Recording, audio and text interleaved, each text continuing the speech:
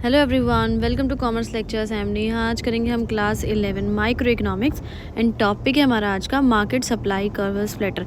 भाई जो अपना मार्केट सप्लाई कर्व है वो फ्लैट क्यों होता है इंडिविजुअल सप्लाई कर्व से, ये रीज़न हम पढ़ने वाले हैं। तो देखो पहले पढ़ते हैं कि बुक में क्या लिखा हुआ है, ठीक है, फिर मैं अपनी तरफ से समझाऊंगी।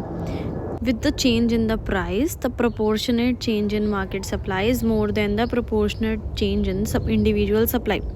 तो यहाँ लिखा हुआ है जब प्राइस चेंज होता है, चाहे बढ़ रहा है चाहे घट रहा है, उसकी बात नहीं कर रहे हैं हम, बस चेंज हो रहा है प्राइस। तो प्राइस के चेंज होने से मार्केट सप्लाई में ज़्यादा चेंज आ रहा है और इंडिविजुअल सप्लाई में कम चेंज आ रहा है। इस वजह से कि ये मार्केट सप्लाई कर्व है फ्लैट है। अब आप लोगों को बिल्कुल समझ नहीं आया होगा, 1% भी समझ नहीं आया होगा। अब मैं बताती हूँ इसको प्रूव कैसे किया जाए, कैसे ये चीज़ पॉसिबल है। देखो सपोज़ ये मार्केट सप्लाई शेड्यूल दे रखा है, यहाँ पे हमारा प्राइस है, ये देखो बढ़ता दिख रहा है नीचे की तरफ, है ना। तो यहाँ पे अपना क्या हुआ, जैसे कि प्राइस था 2 रुपीज़, तो इंडिविजुअल सप्लाई थी 5 रुपीज़, प्राइस बढ़ के 2 से 3 हो गया, इंडिविजुअल सप्लाई कितनी होगी 10। तो कितने का डिफरेंस आया, पूरे 5 का डिफरेंस आया, 5 यूनिट्स ज़्यादा बिक रहे हैं। यहाँ हम बात कर रहे हैं इंडिविजुअल सप्लाई की। लेकिन अगर मार्केट सप्लाई की बात करी जाए तो 2 रुपये पे पहले 15 थी, 3 रुपये पे 30 हो गई, तो पूरे 15 यूनिट्स।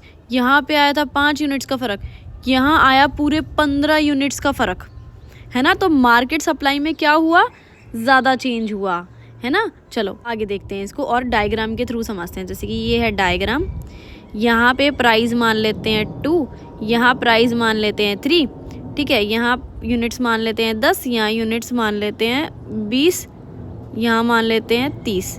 तो क्या हुआ, अगर हम इंडिविजुअल की बात करें पहले, तो इंडिविजुअल में 2 पे कितना था अपना, 5 था, ये ऐसे बनेगा। फिर 3 पे कितना हुआ अपना, 10 हो गया।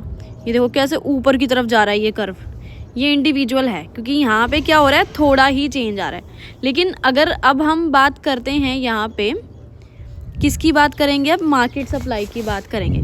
तो देखो मार्केट सप्लाई में यहाँ क्या हो रहा है कि प्राइस जब 2 था तो अपनी मार्केट सप्लाई कितनी थी, 15, 2 पे था ये 15, ठीक है। फिर प्राइस 3 हो गया, इस पे अपनी मार्केट सप्लाई कितनी थी, 30 थी, ये देखो। तो अभी इसको अगर हम मिलाएंगे ये ऐसे हो जाएगा, है ना। अब दोनों में फ़र्क देखो, बिल्कुल फ़र्क है, बहुत ही ज़्यादा फ़र्क है। ये इंडिविजुअल सप्लाई कर्व देखो कैसे ऊपर की तरफ जा रहा है एकदम, लेकिन मार्केट सप्लाई कर्व है वो ऐसे फ्लैट है। तो क्यों, इसका रीज़न क्या था भाई, रीज़न यही है कि यहाँ जो डिफरेंस आ रहा है, देखो यहाँ पे डिफरेंस आ रहा है सिर्फ 5 का, यानी कम चेंज आ रहा है, और यहाँ डिफरेंस आ रहा है पूरे 15 का, यानी बहुत ज़्यादा चेंज आ रहा है। तो मार्केट सप्लाई में जो इतना ज़्यादा चेंज आ रहा है, ठीक है, हमने यहाँ पढ़ा था ना, ये मार्केट सप्लाई में ज़्यादा चेंज आ रहा है, इंडिविजुअल सप्लाई में कम चेंज आ रहा है। यही रीज़न है कि मार्केट सप्लाई कर्व इतना फ्लैट बनता है। इसे अब ग्राफ में समझा है हमने, अब बिल्कुल क्लियर हो गया होगा, है ना।